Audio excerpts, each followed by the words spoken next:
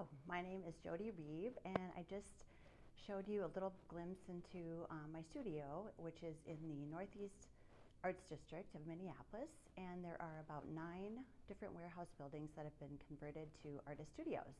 And I'm lucky enough to be in the building called the Carriage House, which is called part of the Casket Arts compound, and there's a sculpture building.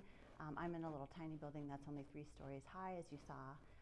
I get to walk up the stairs every day, get my exercise, and then there's also a main building on the campus. I've been in the studio for about 2 years, and before that I was in the Traffic Zone Center for Visual Arts in downtown Minneapolis. And I've held so many workshops here, and I've been really grateful to have this space. And I was going to clean up for company because I was going to shoot these videos, and I thought, why not just show everybody what it's like to have a working studio? And I have a few commissions going on right now, so I thought I would show you what I'm working on currently. And I have 4 different styles that I work in. 2 of them have wax, and 2 of them do not. So I work with encaustic paint and photos printed on tissue paper. And then I work with circular paintings that have wax on them as well. They're elevated kind of circular paintings off the wall.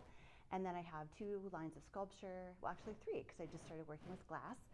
So I've got wire sculptures that are made of soldered steel wire and aluminum, painted aluminum, as well as my glass. So I will show you a little tour into all of those. Before I start the studio tour, I want to tell you a little bit about myself. I've been a full-time artist, making my living, making my art and teaching for 29 years. Minneapolis has been very kind to me, and I've really enjoyed developing my work over the years, and it's really changed a lot. Overall, I've always had a nature-based style, and so right now I'm a little bit more contemporary, but sometimes it's more representational. Usually there's some kind of landscape in my line that I have. I've got, like I said, a couple different lines of work that I like to work in, but it's basically under this nature-based umbrella. I want to share the story of when I knew I was an artist, and I was 5 years old, and I was drawing large-scale drawings with my friend who we kind of negotiate who would, we'd like to play outside in the neighborhood, but we also like to draw. And so I knew that if I negotiated time to draw first, then we could go outside. But usually if it went the other way around, we played outside first, we'd never go back in the house and draw. Anyway, I was making these large crayon drawings of animals, and I liked the large scale of it. So the paper came from my friend who, her mother was a teacher at school, and she brought this 24 by 36 inch newsprint paper, which wasn't really that good a quality, but at that time it had been the largest sheet of paper I had ever seen. So I was very excited, and I ended up making all these drawings. And those days my parents were buying things all the time. It was like door-to-door salespeople, and I thought, why not go door-to-door selling my drawings? So at that time my mom was buying like Avon and vacuums and water distillers and all this stuff, and so I got this idea.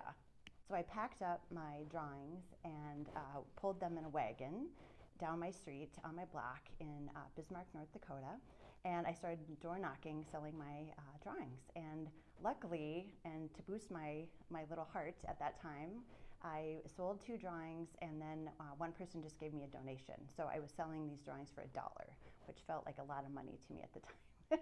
And in that moment, when I was selling my work, I thought, I can do this. I can be an artist. So ever since then, I've been working toward that dream and goal. And luckily, I've been able to teach as well. And that has really allowed me to share and connect with artists and people that I normally wouldn't be able to connect to. So I've really enjoyed being a part of the Painting with Fire community. And that has been such a great connection too. So I just want to continue that. The first style of painting that I'd like to share with you is my encaustic with photo collage. And these images are printed on tissue paper where this painting is 36 by 36. And I am tiling the image and printing them in sections so that I can basically use the encaustic medium to kind of put it back together. And then I really enhance the image using oil paint, accretion, which is building up texture here. I kind of start to make the photograph my own because I use that as really just a layer in the painting, but I don't really consider myself a photographer. I really want this to be a photograph and a painting at the same time, since there's lots of texture, and I also have some paintings that are smooth, so it's very much about the surface. And these are double exposure photo. This is a double exposure photograph that I'm taking with the film camera, and I am layering the image on the same frame. So instead of advancing my film, I am taking a photo and then having my camera think that I'm advancing the film when I'm actually not, and then I take another photo on top. So this treescape that you see in the background is the first image that I took, and then the second is this foreground. So, and the layering of which image you take first really makes a difference. So I'm usually using this as collage in my encaustic paintings. This is what it looks like when I have tiled the images and printed them out. This is going to be for a commission that is 36 by 44 inches.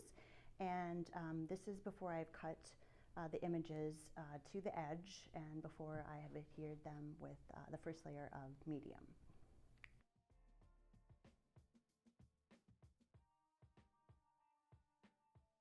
Here is another example of one of those paintings that is finished on the wall, and this is actually a triple exposure where you can see the landscape, you can see the close-up of the leaves as well as the trees.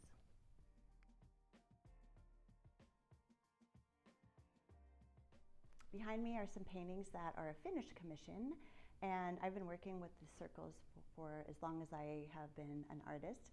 I love the circle. I've always been intrigued by the shadows, and also this allows me to create an art installation in a space that's unique to the space, as well as obviously each circle gives me the opportunity to add color. So this really, to me, I feel like I will always want to do these paintings just because it's an opportunity to collaborate with the space.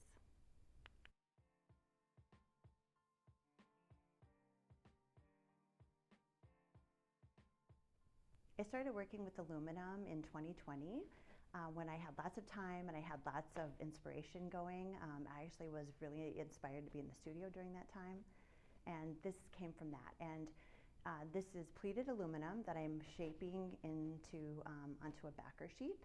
But again, it's kind of filling into my nature-based aesthetic where I'm thinking about this as water. So there's actually 5 gradations of paint. There's no encaustic with this at all, but it is kind of part of who I am as an artist. I feel like a lot of my paintings are kind of going towards sculpture. And the last work I want to show with you are my new glass wall sculptures. They vary in size from 1 inch to 3 inches, and they're basically just paperweights that I adhere to the wall with a drywall screw. And the idea is, again, that I like to do installation, and these remind me of water droplets as well. So my son, about 2 years ago, asked me what I wanted for my birthday, and I thought an experience, right? Because I have enough things, and I just thought he would clean his apartment and make me dinner. And it turned out that he got us a glass blowing class. So ever since, I've been exploring that medium, and I love making spaces filled with these, and then again, I can collaborate with the space.